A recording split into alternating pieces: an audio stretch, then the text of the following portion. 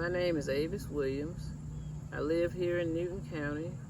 I grew up in Newton County, and my younger formative years here in Newton County helped shape my thinking and even my life theology now about nature, about God, about the environment, and the sustainability of our earth, our community, and our neighborhoods.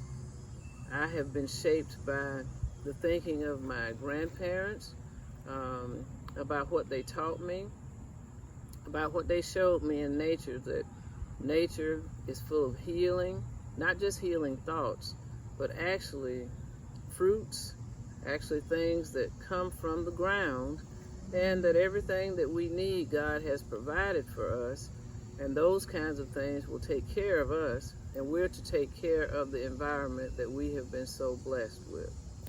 I grew up with my grandparents. My grandfather died when I was very young at 6½, but my grandmother helped shape our thinking in terms of how to stay healthy.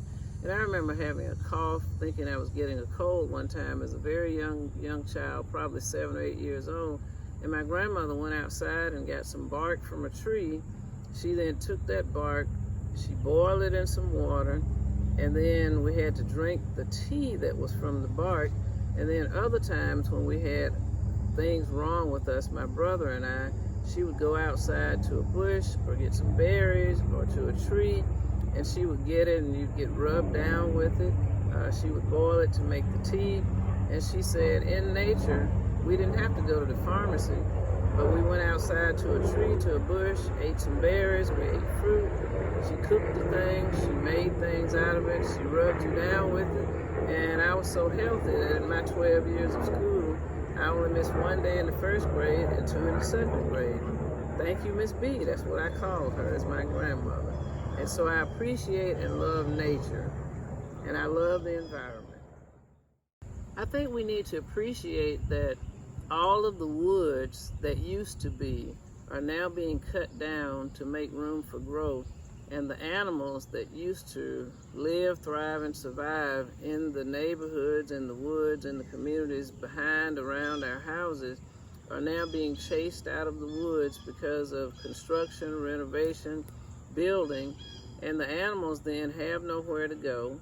And so we meet most of them on the interstate or on Highway 278, and they're mowed down by our vehicles because they don't know what to do, because for years, for their lifetime, for generations, the woods and the environment has provided for them food, clothing, and shelter, and there was a balance in nature because everyone lived in their own communities, and even the animals, especially the animals, were able to take care of themselves.